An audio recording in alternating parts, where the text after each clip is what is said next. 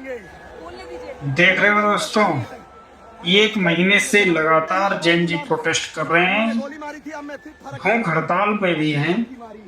सोनम वांगचुक ने भी भूख हड़ताल शुरू किया, उनको 20 दिन हो गया पूरा। उसके बाद सरकार में बैठे लोगों ने उनको उठवा लिया, वहां से जबरदस्ती उठवा लिया। आज 20 जुलाई है और आज जंतर मंतर से संसद तक प्रोटेस्ट हो रहा है दिल्ली में।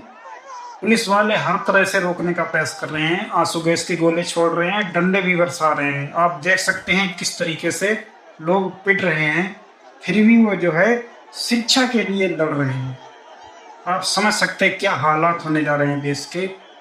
दूसरे देश के लोग ये वीडियो देख रहे होंगे तो वो क्या सोच रहे होंगे हमारे देश के बारे में, कि बताइए शिक्षा के लिए लोग इतना संघर्ष कर रहे हैं भारत देश में। समझ रहे हैं ना, ये हालत हो गई हमारे देश की। हमारे देश के नेता लोग हमारे देश की आम जनता को शिक्षा से वंचित रखने का पूरा प्रयास कर रहे हैं।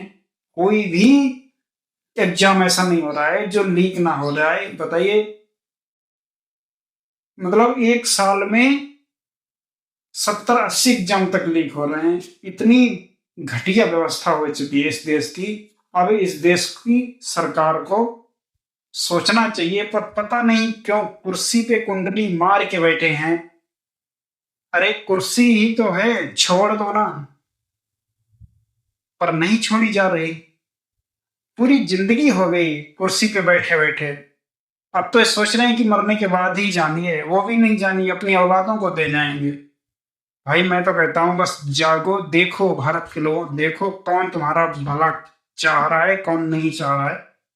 आप देख सकते हो इतना प्रोटेस्ट हो रहा है, इसमें जाने भी लोगों की जाने वाली हैं, मरने की कगार पे पहुंचे हैं। भारत के साइंटिस्ट जिन्होंने रेमन मैग्सेसे अवार्ड प्राप्त किया है, नेशनल इंटरनेशनल तरह के अवार्ड 10 से 15 उनको मिल चुके हैं। सारी जिंदगी जिन्होंने शिक्षा के लिए काम किया, समाज के लिए काम किया, पर्यावरण के लिए काम किया, सोनम वांगचुक, उनको बताइए मरने की हालत में वो पहुंच चुके हैं। उनको पुलिस वालों ने उठवा लिया है वहां से और ये कहा है कि हमको हाई कोर्ट ने ऑर्डर दिया उनको उठवाने का।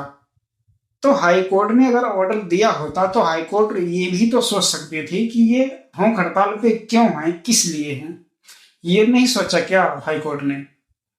ये इतनी बुरी दशा हो रही है हमारे देश की, इतना ज्यादा भ्रष्टाचार, जहां देखो, जिस विभाग में देखो, जिस ऊंचे अधिकारी को देखो, नेता को देखो, लगे हैं भ्रष्टाचार पे भ्रष्टाचार करने में। और जो भी इसके खिलाफ बोलते थोड़ा, वो देशद्रोही उसको बोल देते हैं, एंटी नेशनल बोल देते हैं, उसको जो है पता नहीं क्या क्या इल्जाम लगा देते हैं। अगर कोई मुसलमान बोलते उसको आतंकवादी बोल देते हैं, कोई आदिवासी बोलते उसको माओवादी बोल देते हैं, नक्सली बोल देते हैं। मतलब पता नहीं क्या चाहते हैं लोग, कितना लूटेंगे यार। बहुत सोचने वाली बात है भाई। हमको बड़ी चिंता हो रही है हमारे देश में। इस तरीके की बर्बादी हमारी जिंदगी में कभी नहीं हुई इस देश की, जैसी आज हो रही है। इतना ज्यादा आदमी परेशान है, इतनी महंगाई है, इतना डीजल पेट्रोल, और वो उसमें E20 जो एथेनॉल आ गया है, उसको लेके भी बहुत ज्यादा गाड़ियां खराब हो रही हैं। लोग बोल रहे हैं वीडियो बुरा बना के डाल रहे हैं, पर एक कुंडली मार के बैठे हैं, इनको कोई फर्क नहीं पड़ता। क्योंकि भाई इन लोगों के बच्चे तो विदेशों में पढ़ रहे हैं, ऐशो आराम की जिंदगी जो रहे हैं, इनके पास अथाह पैसा है, मतलब करोड़ों अरबों रुपए तक इन लोगों के पास। ये इनकी इतना पैसा इन्होंने इकट्ठा कर लिया है देश से कि कोई भी आपदा पड़ेगी ना तो ये लोग तुरंत देश छोड़ के भाग जाएंगे। मैं सच कह रहा हूं। आज जैन जी प्रोटेस्ट कर रहा है दिल्ली में, लोग सड़कों पर उतर रहे हैं, लाठियां खा रहे हैं, आंसू गैस के गोले छोड़े जा रहे हैं हर तरह से। अभी तो देख, तो ऐसा लग रहा है मुझे 1-2 दिन में यही खबर आने वाली है, 2 मर गए, 4 मर गए, लोगों की जानें जाएंगी। सोनम वांगचुक वो भी जिंदगी मौत के बीच झूल रहे हैं। उनके साथ 10-5 लोग और प्रोटेस्ट में भूख हड़ताल पर हैं, उनको भी 20-20 दिन हो गया, किसी को 10 दिन हो गया। भाई इतना, मतलब क्या ही बताया जाए। ऐसा आदमी यार मैंने अपनी जिंदगी में कभी नहीं देखा, जिसके पीछे, जिससे लोग लाखों की संख्या में, आज लाखों की संख्या में लोग रोड पे हैं उसकी वजह से, और वो ऐसा कुंडली मार के बैठा है, इस्तीफा नहीं दे रहा है। पता नहीं क्या हो जाएगा। अरे देना इस्तीफा भाई, किसी और को बैठाया जाए। जब तेरे से नहीं संभाल रहा है कुर्सी, तो क्यों तो उस पे कुंडली मार के बैठा है। पूरी जिंदगी तो हो गई, 60 साल का 70 साल का होने जा रहा है, आप तो छोड़ दे कुर्सी। पर पता नहीं क्या है यार, मेरे देश में इतने ज्यादा भ्रष्ट नेता शायद ही किसी देश में होते हों। इतने तो अंग्रेज भी खतरनाक नहीं होंगे, मैं ये कहता हूं। जब देखो पुराने टाइम पे गांधी जी ने भी हड़ताल की, भूख हड़ताल की, ठीक है, उन्होंने भी भूख हड़ताल की।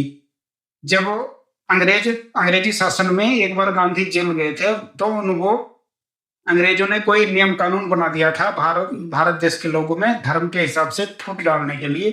तो उसके विरोध में गांधी जी ने भूख हड़ताल कर दिया।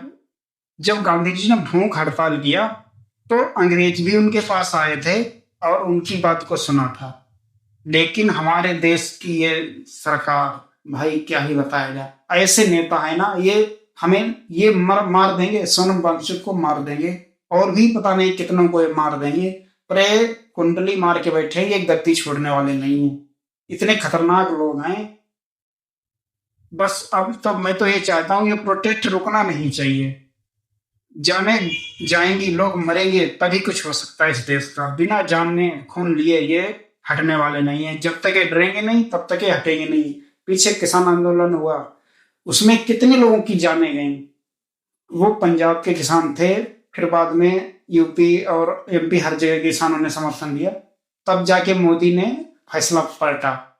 अभी पंजाब के लोगों से मैं हाथ जोड़ के निवेदन करता हूँ, भाई आप लोग इसमें साथ दो, पहुंच जाओ वहां ट्रैक्टर ट्रालियां लेके। सच कह रहा हूं, तभी ये मोदी डरेगा। पंजाब के लोग जब तक नहीं जाएंगे, ये डरने वाला नहीं है। अभी ये क्या कर रहा है, उन लोगों को ये लाठियों से भगा देगा। जब पंजाब के लोग पहुंचेंगे, सारे देश के किसान पहुंचेंगे, सारे देश में जो हर शहर में आंदोलन शुरू हो जाएगा, तब जाके ये डरेगा। ऐसे डरने वाला मोदी नहीं है भाई। मोदी बहुत खतरनाक है। मरे लोग मरने दो, उसको क्या है, वो तो धर्म के नाम पे आपको बोल देगा जय श्री राम, भारत माता की जय। धर्म के नाम पे वोट पाएगा बस। लोग भूल जाते हैं यार, पता नहीं हमारे देश के लोग क्या है, धर्म के नाम पे इतने अंधे हैं भाई। देश का अपने को बर्बाद होते भी वो देख लेते हैं। अगर धर्म हटा दिया जाए ना, तो इनके पास कुछ भी ऐसा नहीं है जो ये बोल सकें। जहां देखो वहां धर्म की बात, जहां देखो वहां। भाई एजुकेशन इतनी चौपट हो चुकी है जिसकी कोई सीमा नहीं है। हम अपने बता रहे हैं, हमारे 3 बच्चे हैं, मजबूरी में हमारे स्कूल में पढ़ाई बिल्कुल जीरो, स्कूल बंद, ऐसा समझो कि बंद पड़ा है। तो देखो भाई क्या क्या हो रहा है, आंखें खोलो और कहाँ से देश जा रहा है, इस पर सोच विचार करो। इतनी महंगाई, एक एक आदमी का जीना मुश्किल हो रहा है। आप तो रोड पे आ जाओ, रोड पे आओगे तभी कुछ हो सकता है इस देश का। बीजेपी ने इतना बर्बाद किया, इतना देश को किसी ने बर्बाद नहीं किया, सच कह रहा हूँ। पिछले 70 सालों में इतना व्यवस्था खराब कभी नहीं हुई जैसे आज है। जिसको देखो वो, जितने अधिकारी सरकारी कर्मचारी हैं भाई, जो भी ऊंची पोस्ट पे हैं, सारे के सारे भ्रष्टाचार में लिप्त। कभी कोई काम आपको पड़ जाए सरकारी, बिना घूस दिए हो नहीं सकता। जन्म प्रमाण से लेके मृत्यु प्रमाण तक आपको हर जगह घूस देनी पड़ेगी, तब जाके काम होगा। ये हाल है अपने देश का। सोचो।